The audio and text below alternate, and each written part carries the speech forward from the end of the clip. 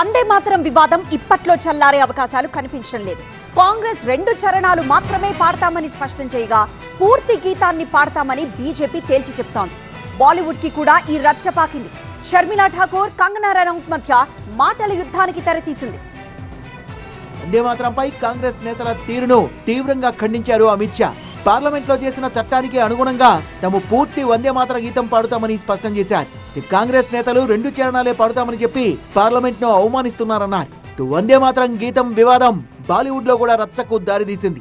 వందే మాతరంలోని తొలి 2 చరణాలు మాతృభూమిని కీర్తిస్తాయని, ఆ తర్వాతి చరణాల్లో దుర్గా, కాళీ వంటి దేవతల ప్రస్తావన ఉండడంతో ఒకే దేవుణ్ణి నమ్మేవారికి ఇబ్బంది కలగొచ్చని నటి షర్మిలా ఠాగూర్ అభిప్రాయపడ్డారు. అందుకే అన్ని మతాల ప్రజల్ని దృష్టిలో పెట్టుకుంటే తొలి 2 చరణాలు మరింత ఆమోదయోగ్యంగా ఉంటాయంటూ ఆమె చేసిన పోస్టు మరో వివాదానికి దారితీసింది. వందే మాతరంపై కాంగ్రెస్ వైఖరిని సమర్థించే రీతిలో షర్మిల పోస్టు పెట్టారు. షర్మిల వ్యాఖ్యలకు బీజేపీ ఎంపీ కంగనా రనౌత్ ఘాటుగా స్పందించారు. ఒక కళాకారిణిగా కవిత్వాన్ని కేవలం మతపరమైన కోణంలో చూడడం తనకు ఆశ్చర్యంగా ఉందన్నారు Kangana.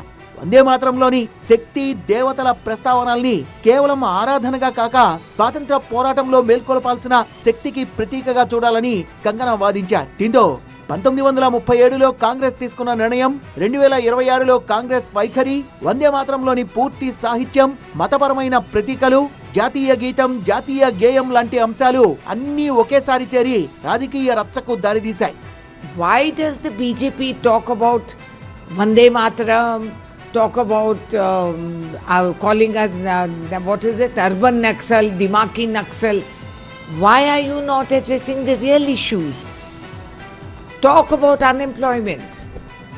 Talk about Chanda Chori. Talk about what is happening with the youngsters and the children in this country. Talk about the closure of schools that you have done. మరోవైపు 1937లో ఇప్పటి దేశ నాయకులు మహాత్మా గాంధీ, నెహ్రూ, వల్లభాయ్ పటేల్ లాంటి నేతలు కూడా 2 చరణాలకే పరిమితం కావాలని నిర్ణయించుకున్నారని మరిప్పుడు బీజేపీ వాదిస్తున్నట్టు అప్పుడు నిర్ణయం తీసుకున్న వాళ్ళంతా కూడా దేశద్రోహులేనా అంటూ ప్రశ్నించింది కాంగ్రెస్.